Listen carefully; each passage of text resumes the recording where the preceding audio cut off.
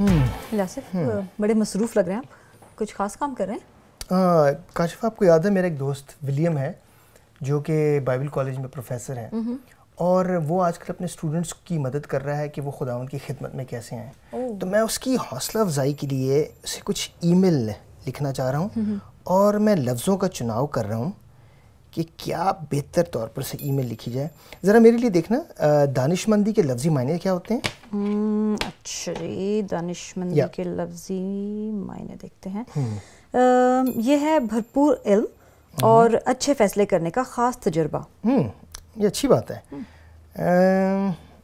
میں سوچ رہا ہوں کہ کلام مقدس میں سے اسے ایک آیت بھیجوں. میرے لیے ذرا یہ آیت نکالیں آپ. امثال 25واں باب اور اس کی 28ویں آیت. امثال 25واں باب اس کی 28ویں آیت. پڑھیں ذرا. اچھا، جو اپنے نفس پر ضابط نہیں وہ بے فیصل اور مسمار شدہ شہر کی مانند ہے. واو یاسف، اس حوالے کا آپ کے ذہن میں کیسے خیال آیا؟ جب میں ولیم کو لکھ رہا تھا تو میں سوچ رہا تھا کہ ولیم دانش مند بھی ہے اور اس کا سیلف کنٹرول بھی اچھا ہے، تو میں کیوں نہ اسے کردار کے حوالے سے کچھ لکھوں، کیونکہ کردار اس انسان کا اسی وقت ظاہر ہوتا ہے جب اسے کوئی نہ دیکھ رہا ہو. آپ کو یاد ہے ہم اکثر اس بات کے بارے میں بات کرتے ہیں. ایک بات مجھے بڑی اچھی لگتی ہے ولیم کی کہ وہ ہر چیز بڑی دیانتداری اور بڑی سمجھداری سے کرتا ہے، اور وہ زندگی میں ہمیشہ اچھے فیصلے لیتا ہے. یہ بات آپ کو کیسے معلوم ہے؟ کاشفہ، میرے ساتھ اس کی دوستی کو بہت سال ہو گئے ہیں، میں اسے بہت سالوں سے جانتا ہوں. تو آپ کیسے سمجھتے ہیں کہ اس کے کردار کی ترقی کیسے ہوئی؟ میں یہ سمجھتا ہوں کہ وہ اپنے حالات اور اپنے شخصی نقصان کی پرواہ کیے بغیر ہر فیصلہ خدا ان کی مرضی کے مطابق لیتا ہے اور ہر چیز بڑی دیانتداری سے کرتا ہے. جیسے صدرک میزق اور عبدنجو نے کیا تھا یاسف جب وہ جلا وطنی میں تھے. اتنی مشکلات کے باوجود بھی ہم دیکھتے ہیں کہ انہوں نے بڑی دانش مندی اور سیلف کنٹرول کا مظاہرہ کیا تھا، اور اس کا حوالہ بھی ہمیں ملتا ہے دانیل کی کتاب کے اندر. ہاں جی، پہلے 3 ابواب میں. اور کاشفہ یہ بڑی انٹرسٹنگ بات تھی کہ ہم دیکھتے ہیں کہ اسرائیلیوں کو ان دنوں جلا وطن کر کے بابل لے جایا جا رہا تھا، اور ہم دیکھتے ہیں کہ وہ ایسے نوجوانوں کا اور جوانوں کا چناؤ کر رہے تھے جنہیں وہ ٹرین کر سکیں اور اپنے ملک میں زیادہ سے زیادہ کام اور خدمت کے لیے استعمال کر سکیں. اور یاسف میں سمجھتی ہوں کہ ان نوجوانوں کے لیے یہ سب کچھ اتنا آسان نہیں تھا. اب دیکھیں ان کو ان کے ملک سے دور کر دیا گیا، ان کے ناطے داروں سے، رشتہ داروں سے دور کر دیا گیا، دوستوں سے دور کر دیا گیا، اور ایک ایسی جگہ پر انہیں لے کر گئے جہاں جو نئی جگہ تھی، نئی زبان تھی، اور نہ صرف یہ بلکہ وہ لوگ جو تھے وہ غیر معبودوں کی پرستش کرتے تھے. تو میں سمجھتی ہوں کہ ان کے لیے یہ بڑا مشکل رہا ہوگا. اور یہ نوجوان جو تھے یہ خدا کا ڈر اور خوف رکھتے تھے، اور ان کا شخصی کردار کافی مضبوط ہوا ہوگا، کیونکہ ہم ان فیصلوں سے یہ سیکھتے ہیں جو انہوں نے اس ملک میں رہ کے لیے. ہم دیکھتے ہیں کہ بادشاہ انہیں شاہی خوراک مہیا کرنا چاہتے تھے، لیکن انہوں نے اسے رد کیا، اور ان کے رد کرنے کی وجہ یہ تھی کیونکہ وہ جانتے تھے کہ یہ جو خوراک شاہی خوراک ہے یہ بتوں کے آگے رکھی جاتی ہے، اور یہ یہودی شریعت کے مطابق جو ہے وہ گناہ اور ناپاک ہے. اور اس کے برعکس ہم دیکھتے ہیں کہ انہوں نے سادہ خوراک کا انتخاب کیا، لیکن خداوند نے ان کے اس فیصلے کی عزت کی، اور اس سادہ خوراک سے ہی خداوند نے انہیں بہت اچھی صحت عطا کی. اور اس کا حوالہ میں دانیل کی کتاب میں سے پڑھنا چاہوں گی، اور ہم دیکھیں گے کہ اس سادہ خوراک کا ان کی صحت پر کتنا اچھا اثر ہوا. جی ہاں، دانیل کی کتاب اس کے پہلے باب کی 17ویں آیت سے لے کے 20ویں آیت تک میں آپ کے ساتھ پڑھتی ہوں.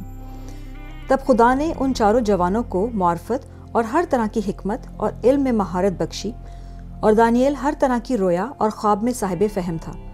اور جب وہ دن گزر گئے جن کے بعد بادشاہ کے فرمان کے مطابق ان کو حاضر ہونا تھا، تو خواجہ سراہوں کا سردار ان کو نبوکت نظر کے حضور لے گیا، اور بادشاہ نے ان سے گفتگو کی، اور ان میں سے دانیل اور حننیہ اور میسائیل اور عزرا کی مانند کوئی نہ تھا. اس لیے وہ بادشاہ کے حضور کھڑے رہنے لگے، اور ہر طرح کی خرد مندی اور دانشوری کے باب میں جو کچھ بادشاہ نے ان سے پوچھا ان کو تمام فالگیروں اور نجومیوں سے جو اس تمام ملک میں تھے 10 درجے بہتر پایا. کاشفہ، شاہی خوراک کو چھوڑنا کوئی آسان بات نہیں، یہ کہنا آسان ہے، لیکن اچھی خوراک کو انہوں نے اس کے لیے خداوند کے لیے چھوڑ دیا، اور ہم دیکھتے ہیں کہ اس کے لیے کافی شخصی کنٹرول جو ہے اس کی ضرورت پڑتی ہے.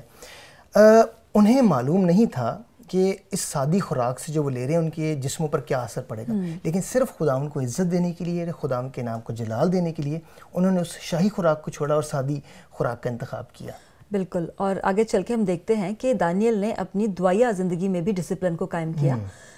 ہم دیکھتے ہیں کلام مقدس میں کہ دانیل دن میں 3 مرتبہ عبادت اور دعا کیا کرتے تھے اور ایسی جگہ پر جا کے دعا کرتے تھے جہاں پہ کھلے عام لوگ انہیں دیکھ سکیں اور جان سکیں کہ وہ زندہ خدا کی پرستش کرتے ہیں، جبکہ قانونی طور پر یہ ایک جرم تھا۔ ہم دیکھتے ہیں کہ دانیل اس عمل سے ڈرتے نہیں تھے، وہ خداوند اپنے خدا کے نام کو جلال اور خدا واحد کو عزت دینا چاہتے تھے، اور اس کا نتیجہ ہم کیا دیکھتے ہیں کہ انہیں شیروں کی مان میں ڈال دیا، لیکن وہاں سے بھی خدا نے انہیں بچا لیا۔ اور صدرک میثق عبدنجو کے ساتھ بھی یہی ہوا کہ جب انہوں نے نبوکت نظر بادشاہ کے بتوں کی پرستش کرنے سے انکار کر دیا اور اپنے ایمان کو نہیں چھوڑا تو اس نے انہیں زندہ آگ کی بھٹی میں ڈال دیا، لیکن خداوند نے وہاں بھی ان کی حفاظت کی اور انہیں بچا لیا۔ اور جب خدا نے انہیں آگ کی بھٹی سے نکالا اور بچایا تو ہم دیکھتے ہیں کہ بادشاہ جو ہے وہ پہچان گئے کہ ان کا خدا جو ہے وہ سچا خدا ہے۔ اور یہاں پہ ہم ایک خوبصورت سبق جو ہے اپنی زندگیوں کے لیے سیکھتے ہیں کہ جب ہم خداوند کے نام کے لیے کھڑے ہوتے ہیں، جب خداوند کے نام کی عزت کے لیے کھڑے ہوتے ہیں تو خداوند ہماری حفاظت بھی کرتا ہے، خداوند ہمیں پروٹیکشن بھی بخش دیتا ہے۔ اور الیاس، میں سمجھتی ہوں کہ اپنی زندگی کے درست انتخابات کرنے کے لیے ہمیں خداوند کی ذات پہ بھروسہ اور اس کے کلام کو جانا بے حد ضروری ہے۔ میں سمجھتی ہوں کہ ہمیں اپنی عقل، اپنی سمجھ، اپنی فلسفی کے اوپر اور اپنے جذبات کے اوپر بھروسہ نہیں کرنا چاہیے۔ بالکل، اور دانش مندی اور عقل بخشنے کا منبع کون ہے؟ وہ خود خدا ہے، اور اس کا ہمیں ایک حوالہ ملتا ہے جو میں آپ کے سامنے پڑھنا چاہوں گا۔ یعقوب اس کا پہلا باب اور اس کی 5ویں آیت کو آپ کے سامنے پڑھتا ہوں، اور اس میں یوں لکھا ہے، لیکن اگر تم میں سے کسی کو حکمت کی کمی ہو تو خدا سے مانگو جو بغیر ملامت کیے سب کو فیاضی کے ساتھ دیتا ہے۔ خلاصہ میں سمجھتی ہوں کہ ہر کوئی دانائی چاہتا ہے اور چاہتا ہے کہ وہ اپنی زندگی میں درست فیصلے لے، لیکن کئی دفعہ خداوند کی مرضی ہمارے انتخابات سے مختلف ہوتی ہے، اور اسی وجہ سے ہمیں صرف اور صرف خداوند پر بھروسہ رکھنا ہے اور اپنے انتخابات خداوند کی مرضی کے مطابق کرنے کی ضرورت ہے۔ جی ہاں، اور ہم دیکھتے ہیں کہ اس کے علاوہ سیلف کنٹرول جو ہے وہ ہمیں غلط انتخابات کرنے سے روکتا ہے اور ہمیں گناہ سے بھی روکتا ہے اور مدد دیتا ہے۔ بالکل، اور ہماری زندگیوں کا، ایمانداروں کی زندگیوں کا ایک ہدف یہ ہے کہ ہم خداوند یسوع مسیح کے مانند جو ہے وہ بنتے چلے جائیں، اور خداوند یسوع مسیح کے مانند بننے کے لیے ہمیں 2 چیزوں کا دھیان خاص طور پر رکھنا پڑتا ہے۔ ایک تو اپنی زندگی کے انتخابات جو ہیں وہ خداوند کی مرضی کے مطابق کریں، اور دوسری بات یہ ہے کہ زندگی میں سیلف کنٹرول جو ہے بہت ضروری ہے، کیونکہ جب ہماری زندگی میں سیلف کنٹرول ہوگا اور ہم اپنی زندگی کے فیصلے خداوند کی مرضی کے مطابق لینا سیکھ لیں گے تو ہم خداوند یسوع مسیح کی مانند بنتے چلے جاتے ہیں۔ الیاس، آج کی ساری اس بات چیت سے میں اپنے آپ کو بڑا دانش مند سا محسوس کر رہی ہوں، تو آپ کیوں نہیں اس باتوں کا خلاصہ کرتے؟ ضرور۔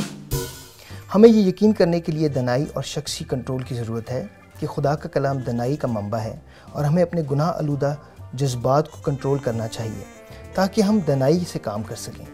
دانیل کی کتاب ہمیں دانائی اور شخصی کنٹرول کا عمدہ نمونہ پیش کرتی ہے۔ ان خوبیوں کے لیے ہمیں دینوی دانائی اور خواہشات سے دور رہنا چاہیے اور وہ کام کرنے چاہیے جس سے خدا کی تعظیم ہو۔ الیاس، میرا پتہ کیا دل چاہ رہا ہے کھانے کا؟ Chocolate ice cream with caramel. ابھی تو ہم نے سیلف کنٹرول کی بات کی ہے، شخصی کنٹرول کی۔ شخصی کنٹرول، آپ کو واقعی کھانا ہے؟ ہاں تو ابھی لیں۔ حاضر ہے، حاضر ہے، chocolate ice cream with caramel, اور یہ بھی حاضر ہے۔